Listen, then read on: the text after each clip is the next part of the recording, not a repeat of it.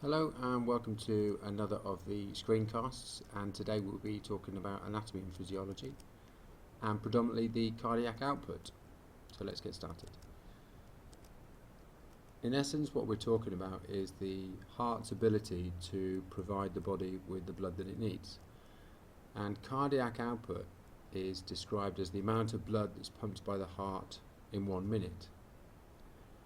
The reason that it's important for us to know what this is usually used as a measure of fitness, so especially for endurance athletes, so for example long distance runners, cyclists or swimmers of a long distance.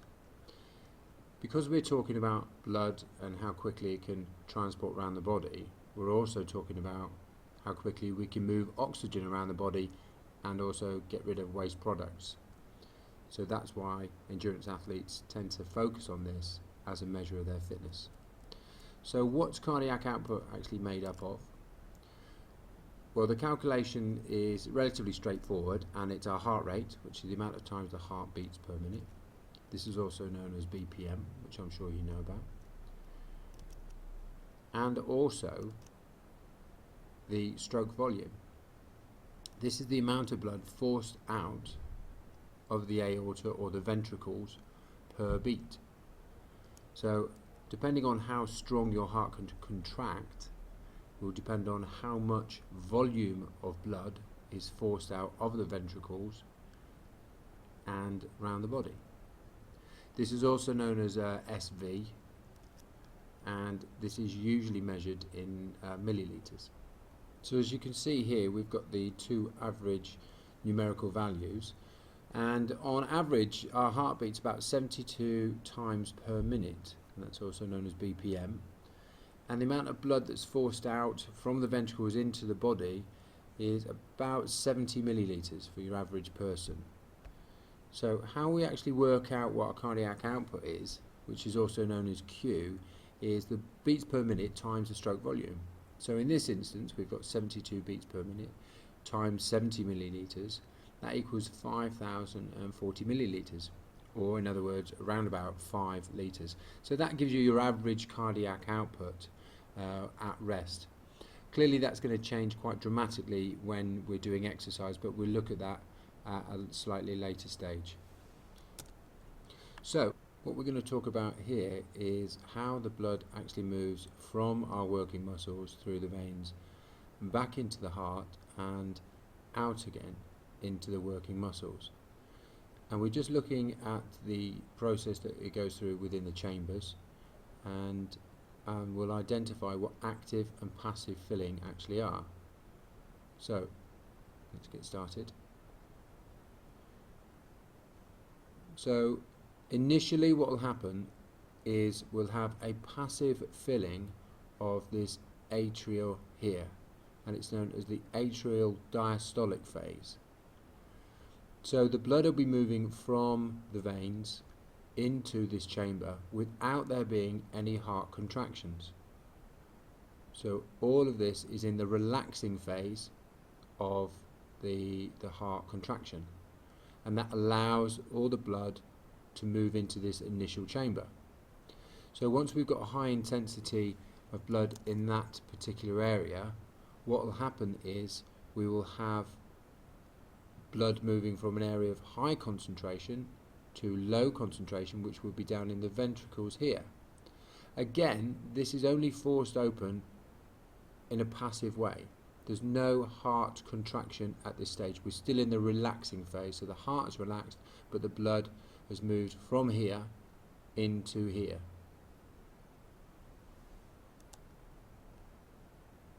As you can see there, it's clearly stated atrial diastole. Diastolic is the relaxation and atrial is where it is. So it's the atrial diastolic phase, passive filling. And then on this one here we've got ventricle diastole. Diastole still mean relaxing, and then ventricle, which is this chamber here. So we can see how sort of like just by knowing what it's called will hopefully give us an understanding of what's actually happening. So what will happen then is, as the stages move on, we'll have atrial systole. So we know where it's happening, which is the atria here and here, but this is systolic phase, and therefore it is active. So what we'll have is a contraction of the heart, removing the remaining blood from the atria here down into the ventricles. Once this area is now full of the blood, the valves will close up. The next stage will be the ventricular systole. Again, so we know that this is an active filling, and it's occurring in the ventricles. So what will happen here is the lower parts of the heart will contract, forcing this blood now out of the ventricles and into the relevant areas. So obviously for this one here, it will be forcing the deoxygenated blood off into the lungs. So the ventricles are now forcing the blood, actively taking the blood away, hence the fact it's systole. Okay, so all of the blood doesn't actually get removed when these contractions take place, and we are left with some elements of blood in each one of the different stages, and we need to know what these are. These occurrences are actually called, and the first one is called the EDV, or the end diastolic volume. So after the diastolic phase, what's left at the end? So in essence, the EDV is the amount of blood that is left in the ventricles at the end of the relaxation phase. So once we've had this diastolic occurrence, so this relaxation phase, how much blood has been left within the ventricles? And if we could measure that, that will give us our EDV, the end diastolic volume. We also need to know what this is, which is the ESV. And principally, we're talking about the ventricles and the systolic phase. So this systolic phase was active, so we're trying to work out how much blood is left in the ventricles after the systolic phase of contraction.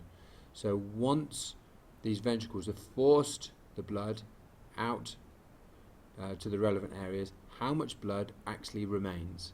And this is known as our ESV, our end systolic volume. So I think the question is, why is it important that we need to know what our EDV and our ESV are? Well, let's just say this, that the average person can usually force out about 60% of the blood within their ventricles. So if we can actually measure what the ventricles are able to force out, once we've trained and we measure again, we can establish whether our heart is actually getting stronger. So if you think of the heart obviously as a muscle, and it being a strong muscle, after it's being trained, it'll be able to force more blood out, and therefore we would have a reduction in our ESV. So our ESV will be a good measure of how strong our heart is. And also with the EDV, this will measure and be able to tell us how well we're able to return blood into the atria. So therefore we could establish if our venous return is good as well. Both of these will have an impact on our ability to move oxygen around the body. So in this section we're very quickly going to look at how this knowledge could manifest within an exam question. So the question above there is, describe the changes that take place to stroke volume from rest to exercise levels, and we're looking for potentially 3 marks. So let's see how that would actually unfold. We could argue very quickly that our stroke volume would increase, and the reason for this is more blood is being pumped out per beat due to an increase in demand. Another potential part of the answer would be that during submaximal exercise, your stroke volume reaches a maximum value. There's only so much blood that your heart is actually able to push out, and I think at the absolute extreme it's about 200 millilitres. So there's a finite level, you can't go any further. And one of the things that can happen is your stroke volume can go down during exercise, and this is where the heart rate is kicking over so quickly that there's no time for the ventricles to fill completely.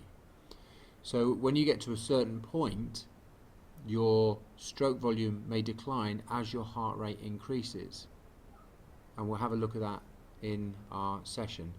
But just to show you how that would potentially look on a graph, as you can see there that the heart rate is clearly rising up and up and up, and also was the stroke volume. But then we get to a certain point where your heart's like, hang on, I can't fill up the ventricles quick enough for me to keep continually rising. So the heart rate increases to compensate for this lack of blood that's being forced out per beat. Okay, so that ends the cardiac output. I'd like you to have a look at Starling's law and see how that would impact venous return, and we'll look at that in one of our sessions. Okay, thanks.